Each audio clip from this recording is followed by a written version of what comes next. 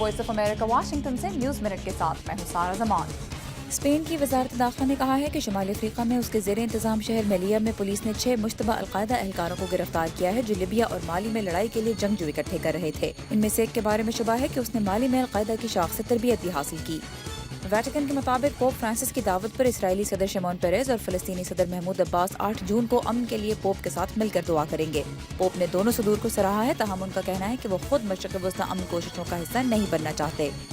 Google اب Europe میں صارفین کو ان کے بارے میں انٹرنیٹ سے ایسا مواد ہٹانے کی سہولت مہیا کر رہا ہے جو یا تو بہت پرانا ہو چکا ہے یا اب اس کا صارف سے کوئی تعلق نہیں۔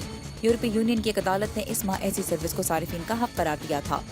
اور پرائیویٹ امریکی کمپنی اسپیس ایکس نے ڈریگن 2 نامی خلائی کیپسول تیار کیا ہے جس کے ذریعے امریکیوں کو کم وقت اور قیمت میں خلا میں بھیجا جا سکتا ہے۔ 2011 میں شٹل پروگرام کے اختتام کے بعد سے امریکی خلا باز روس کے سہارے بین الاقوامی اسپیس اسٹیشن جا رہے ہیں۔